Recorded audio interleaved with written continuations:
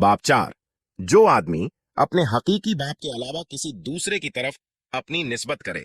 2157।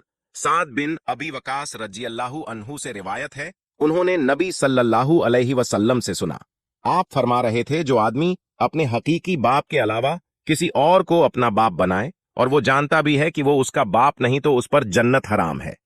फिर जब यह हदीस अबू बकर रजी अल्लाहु अन्हु से बयान की गई तो उन्होंने फरमाया, हाँ, मेरे कानों ने भी यह रसूलुल्लाह सल्लल्लाहु अलैहि वसल्लम से सुना है और मेरे दिल ने उसे याद रखा है।